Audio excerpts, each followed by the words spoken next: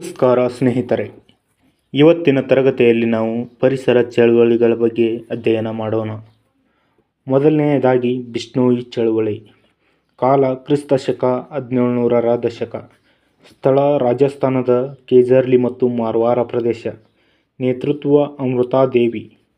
ಉದ್ದೇಶ ಅರಮನೆ ನಿರ್ಮಾಣಕ್ಕೆ ರಾಜರು ಸೈನಿಕರು ಕಡಿಯುತ್ತಿದ್ದ ದೈವವನವನ್ನು ಸಂರಕ್ಷಿಸುವುದು. ಈ ಚಳುವಳಿಯ ಹಿನ್ನೆಲೆ ಏನೆಂದರೆ, ಜೋಧ್ಪುರದ ರಾಜ ಅಭಯ್ ಸಿಂಗ್ 1730ರ ದಶಕದಲ್ಲಿ ತನ್ನ ಹೊಸ ಅರಮನೆಯನ್ನು ನಿರ್ಮಿಸುವಾಗ ಕೇಜರ್ಲಿ ಗ್ರಾಮದಲ್ಲಿ ಮರಗಳನ್ನು ಕಡಿಯಲು ತನ್ನ ಸೈನಿಕರಿಗೆ ಆದೇಶಿಸಿದ್ದನು.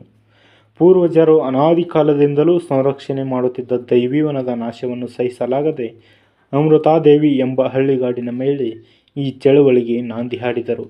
ಇದರಲ್ಲಿ ಸುಮಾರು 363 ಜನರು ತಮ್ಮ ಕಾಡುಗಳ ರಕ್ಷಣೆಗಾಗಿ ತಮ್ಮ ಪ್ರಾಣವನ್ನೇ ತ್ಯಾಗ ಮಾಡಿದರು.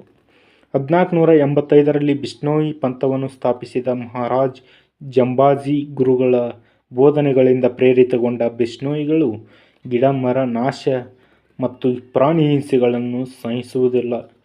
ತಮ್ಮ ಪ್ರಾಣ ಕೊಟ್ಟಾದರೂ ಹೋರಾಡುತ್ತಾರೆ. ಈ ಘಟನೆಯ ಮಾಹಿತಿಯನ್ನು ಪಡೆದ ರಾಜ ಸ್ಥಳಕ್ಕೆ ಧಾವಿಸಿ ಬಿಷ್ಣೋಯಿ ಜನಾಂಗಕ್ಕೆ ಕ್ಷಮೆಯಾಚಿಸಿದನು. ಮರ ಕಡಿತವನ್ನು ನಿಲ್ಲಿಸಲು ಸೈನಿಕರಿಗೆ ಆಜ್ಞಾಪಿಸಿದನು.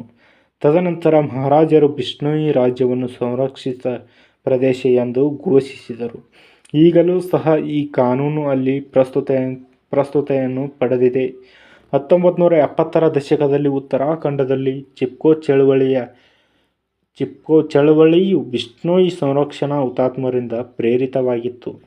ಭಾರತ ಸರ್ಕಾರವು ಅಮೃತಾದೇವಿ ಬಿಷ್ಣೋಯಿ ವನ್ಯಜೀವಿ ಸಂರಕ್ಷಣಾ ಪ್ರಶಸ್ತಿ ಮತ್ತು ರಾಜಸ್ಥಾನ ಸರ್ಕಾರವು ಅಮೃತಾದೇವಿ ಬಿಷ್ಣೋಯಿ ಸ್ಮೃತಿ ಪರ್ಯಾಯನ್ ಪ್ರಶಸ್ತಿ ರೂಪದಲ್ಲಿ ಈ ಚಳುವಳಿಯ ಯಶಸ್ಸನ್ನು ಗೌರವಿಸಿದೆ.